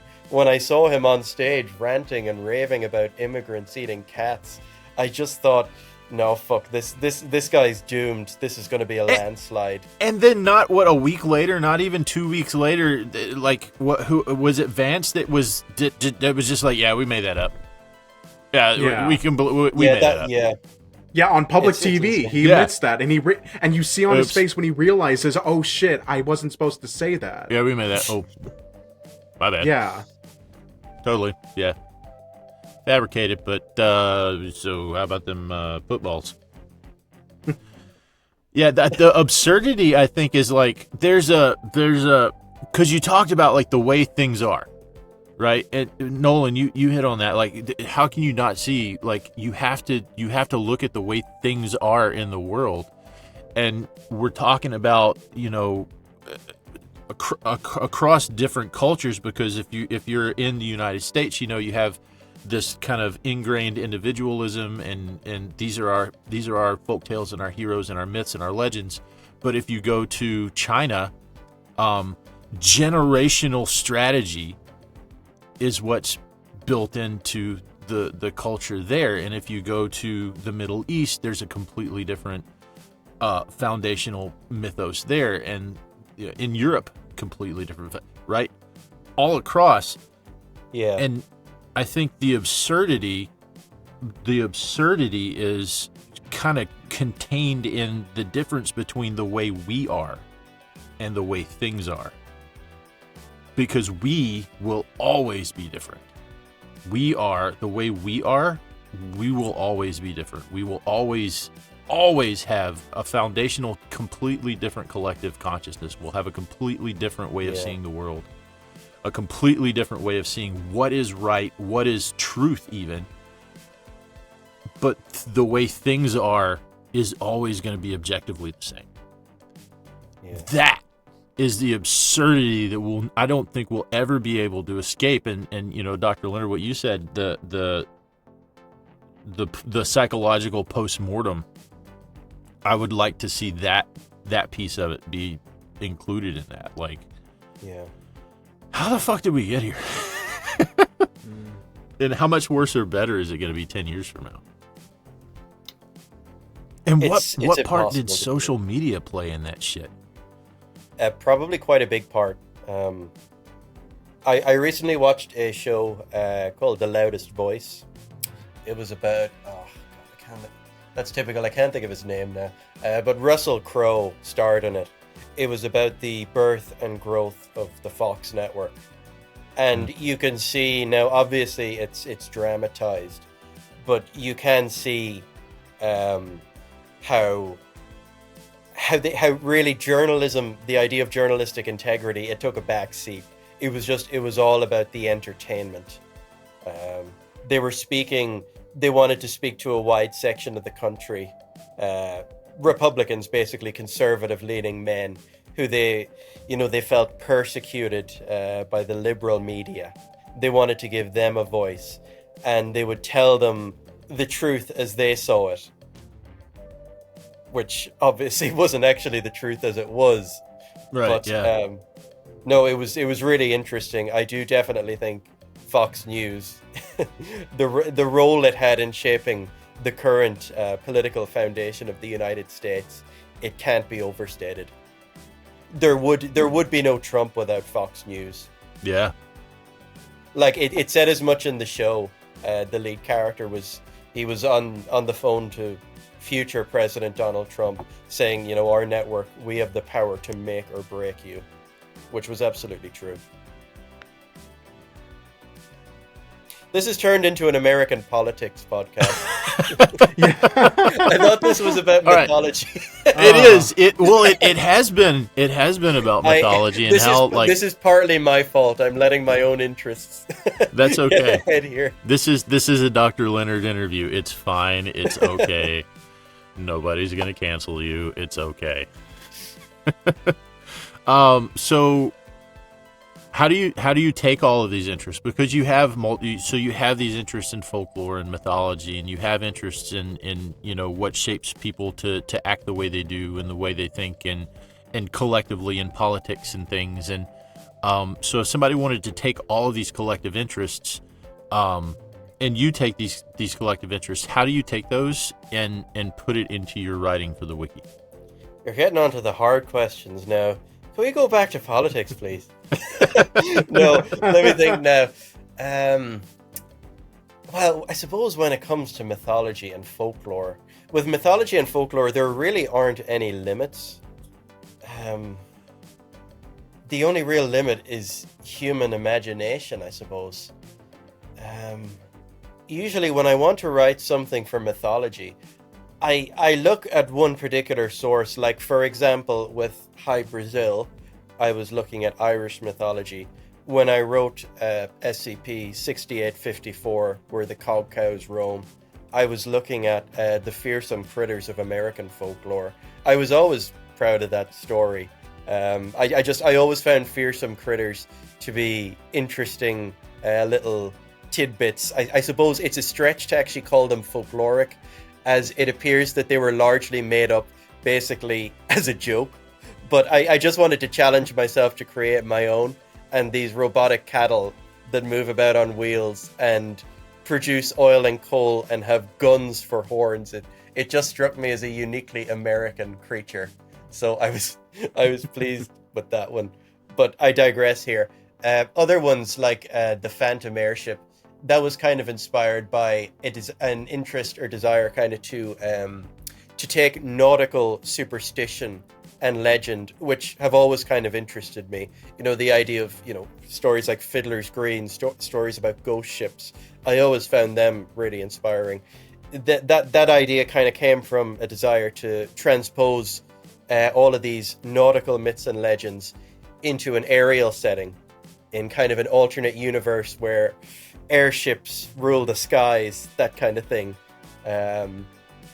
Other ones, as I say, you know, like Brazilic folklore and mythology, a tale I have based on High Brazil, that would have come from Irish mythology as well. So I think I usually look at, if I want to tell a particular kind of story, I look at a certain genre, or I look at a certain culture, certain folk tales, certain ideas, and I just kind of toy around with these tropes and concepts until eventually I'm able to mold something that I can call my own, I guess.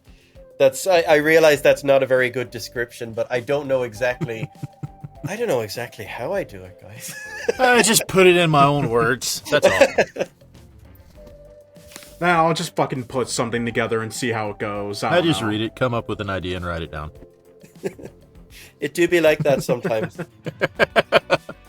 I have to say, the Fantem airship is one of my favorite stories. It's probably is my favorite story that you've written. Thank you.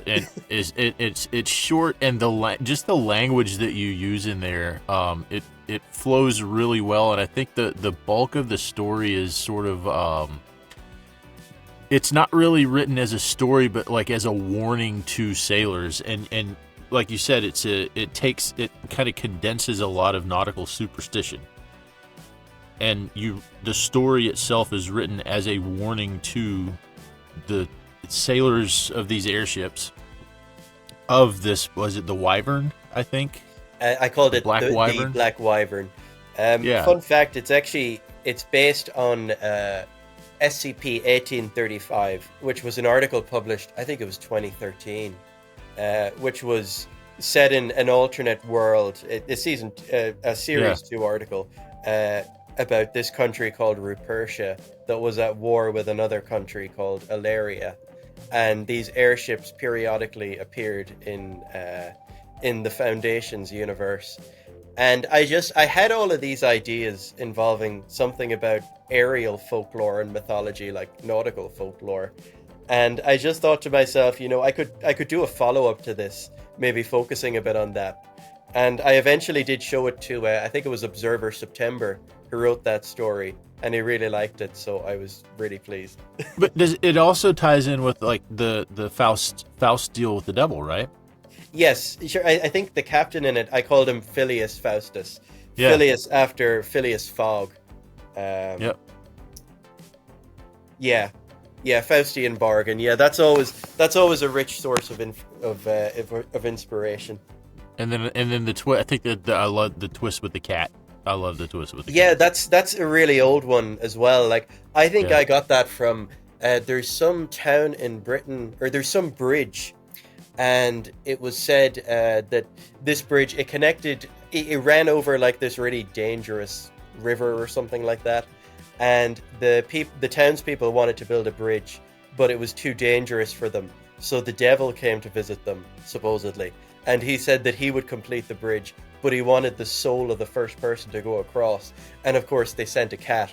So that's where that idea comes from. Like I say, it's taking all of these disparate mythological motifs and kind of rearranging them into something new. So how many different stories would you say you condensed into that one piece? Just the Fantem just Airship the Fantem specifically? Airship. Yeah. Let me think. If you had, obviously, if you had a ballpark. You've got the Faustian bargain. You have got the haunted ghost ship. I think I also have. There's something like a goblin that is said to live on aircraft, which I based on. I'm butchering this pronunciation. The Klaubaterman or Klaubuterman. It's like it was a spirit that was said to reside on ships back in the day. I think that's probably the origin of the gremlins. Yes. Yeah, these spirits that lived on ships. I wanted a spirit that lived in airships. So it's the same basic principle. Even Fiddler's Green was supposed to be an afterlife for sailors. I had an afterlife for airmen who died at Sky, which I called Cloud9. I was really pleased with that name. So yeah, no, there's like 4 or 5 different elements, I suppose. I think it probably has the most footnotes of any of my articles, or at least the longest footnotes. I've often kind of wondered, you know, would I have been better off just writing a separate tale about this? But honestly, I like the footnotes. I think it gives it an extra layer of charm. I don't know. Yeah. I can say I worked on airplanes for 20 years, and the gremlin superstition, that is real, and we actually call them gremlins. If there is something going wrong with an airplane and we can't find the cause for it, it's a gremlin. Yeah, like I think Roald Dahl was the first to kind of bring it to international attention, and he didn't invent them. It was stories that he'd heard. It goes back right to the early age of aviation. Yeah. But it's amazing the way people will come up with these myths and legends. So yeah, that was the inspiration for that element. Like I say, whole lot of disparate elements, all brought together into a big melting pot and made into something new. That's the Leonard method. Yeah. That's the myths and legends method. Okay, we are coming up to the end of the interview. Our last question that we have, is there anything that you would like to plug today? Anything that you've written that you feel especially proud of, that you'd want more people to read? Or maybe something else entirely? Let me think now. The only ones I can think of... Funny, I probably actually would have said the Fantem Airship, because it's kind of one of my less rated works. I think that's partly to do with the time I posted it. I think I posted it in the middle of, I don't think it was JamCon, it was some contest or something. And I always thought if I'd have waited a week or two, it might have got more eyeballs on it, but what are you going to do? I guess I'd like to plug my 2 Nightfall tales. They're the Tale of Modron's Tower and the Tale of Yulf Thrice Killed, which should be on my author page.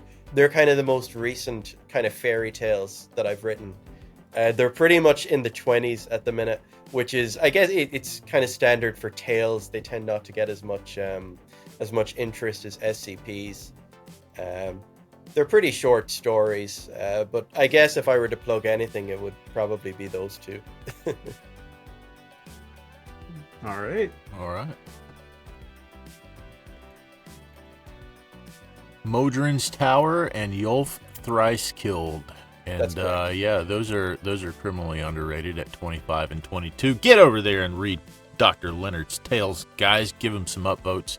Yeah. And also the Fantem Airship, guys. That is, yeah. What bad timing? Whatever. It's a short, quick read, but so much jam packed into a really quick read article. That is criminally underrated.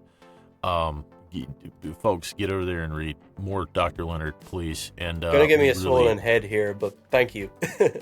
Really hope you get through your writer's block very soon, because I really enjoy mythology and folkloristics. I think we've kind of connected on, you know, our shared interest. From the sounds of it, to be honest, subject, you sound like you know more than me at this point. You know, I have a passive interest, but I'm by no means a professional. But yeah, no, it was a real pleasure. All right. Thanks for coming on. Do we have mail today? We do, actually. From our BlueSky account. Ooh. I could have sworn I had something to say right here. Huh. Never mind. Anyway, have you seen the, you know, it's definitely not spherical. That's from our friend Raz. Great googly mooglies! The bird app has disappeared and now we fly off into the clear blue sky. Wink. Ooh, very good. From friend of the show, Phyrexian Hollow. I call it the Great Exodus. Oh, that's great. I just called it a mass migration when we discussed it earlier. That's way better. From the inbox. So anyway, I decided a classic giant vat of insanely strong acid would do. I like the fumes. Problem is the nearest acid plant is like 10 miles away, and man, I don't feel like driving right now. That's from Fern. Hey, I get that. Yeah, don't know what that's the latest in the Fern saga, I guess. I guess, yeah. Hey, you dice rollers. Hope everything's doing well, except that one guy doing that thing. Hope everything's doing well, except that one guy did that thing you guys were just talking about. You know, the guy doing the thing that got him in trouble because he did the thing. Sure. So, question time. Most interesting foreign language horror film y'all have seen. Incantation is one of my favorites. That or Pride and Prejudice. Can't understand a single word in it. Anywho, I'm going to make some bootleg limoncello with this lemon and willpower and a shit ton of Everclear. Hollow out. I think I'm also going to go with Incantation. It's one that I've recently seen that got turned on to by the Exploring series, but it is a very, very well done horror film. Besides that, I would probably say Train to Busan, because I'm a sucker for, you know, a good zombie movie, and that's just an incredible movie overall. I'm going to give the nerdy answer here, and I'm going to say Pan's Labyrinth. I really like that. That's actually another movie that really tickles my mythological bone. Yeah. Yeah, that's one of my favorite movies that I can't watch. Like, it's hard to watch. Oh yeah, there's some scenes in particular.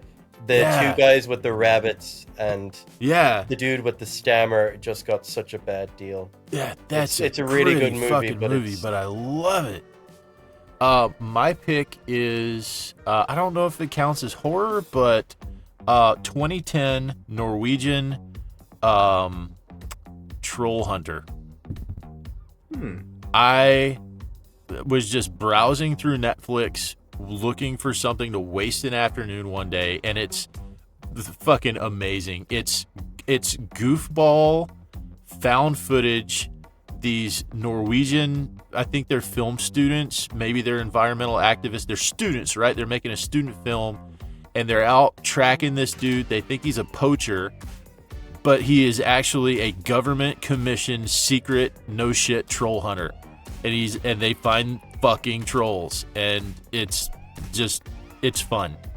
But it's all in Norwegian, and you got to read the subtitles, and yeah, I enjoyed the shit out of it. It's something I could watch with my kid and have fucking fun, and I think I watched it like 3 days in a row, just giggled the whole time. But it is also fucking gritty. Sounds like something that'd have in Iceland, an official government licensed troll hunter. Yeah. It's I think it was, what was it, Norway? I think it was Norway. Like, they go out into the frozen fucking wastes. Yeah. I think it's still up on Netflix, 2010, Troll Hunter. Check it out. And that's all we have for this week. Thanks to our patrons, Arsfel, Lack of Lepers, Ian Anderson, and Evan McDonnell. No, that's not. Why do I keep leaving that in there? Lack of Lepers isn't a fucking patron anymore. Go away. That's all we have for this week. Thanks to our patrons, Arsfel, Ian Anderson, and Evan McDonnell, and somebody else, Oni Mass Productions, for supporting us at patreon.com/scpweekly. Your support helps us keep the lights on. Intro and outro music was Caught You at the Perfect Time by Superintendent McCupcakes. SCP Weekly is distributed by Smooth Cadence Productions. SCP Weekly is not affiliated with the SCP Foundation Wiki, and as such, the opinions presented in this program are our own and do not necessarily reflect those of the Wiki or its staff. Music is provided by Epidemic Sound. Content relating to the SCP Foundation, including the SCP Foundation logo, is licensed under Creative Commons Sharealike 3.0, and all concepts originate from the SCP Wiki and its authors. This recording, being derived from this content, is also released under CC by SA 3.0. Until next time, I'm Kelsey. And I'm Nolan, the K is silent. And this was SCP Weekly. Woohoo! Thank you so much for hanging out with us today, Dr. Leonard. Much obliged, guys. Thanks very much. See you around. Had fun. Bye. Bye-bye. Bye. Damn, feeling lucky. How about most streets? Us two in these trees. Diamonds on my feet. Caught up in these talks. Circling my head top. Should have been more cautious. Now I got what I wanted. Many I've been here before. Made it out of 11 more. Like my frontal cortex sore. I can't stop, I want it all. Listen up, I'm calling you. I need you to tell the truth. Remember when you wanted to. Remember that I said was you. Got you at the perfect time. I was watching it then. You know what you wanna do, but I can never be your friend. Got me being realized. Girl, you got me so blind. You know what you wanna do, so I can never be your man. And then don't we kinda turn around, eat your greens. When you fight, but you do real clean. Then you come to the bed and you love real dirty. It's everybody sweater drops, you're real keen. Bringing, let me get your juiciest piece. Can't remember when I've had the same please. The shops of the club never had no boundary. How's it gonna be? You wanna eat these centipedes? Where we gonna go? You're gonna need these calories. Giving me a treat to refill these batteries. Then you only them on your knees. There's no way to dream. Ooh, it's sneaking up on you. There's nothing you can do. There's things about the boo. Ooh, it's sneaking up on you. There's nothing you can do.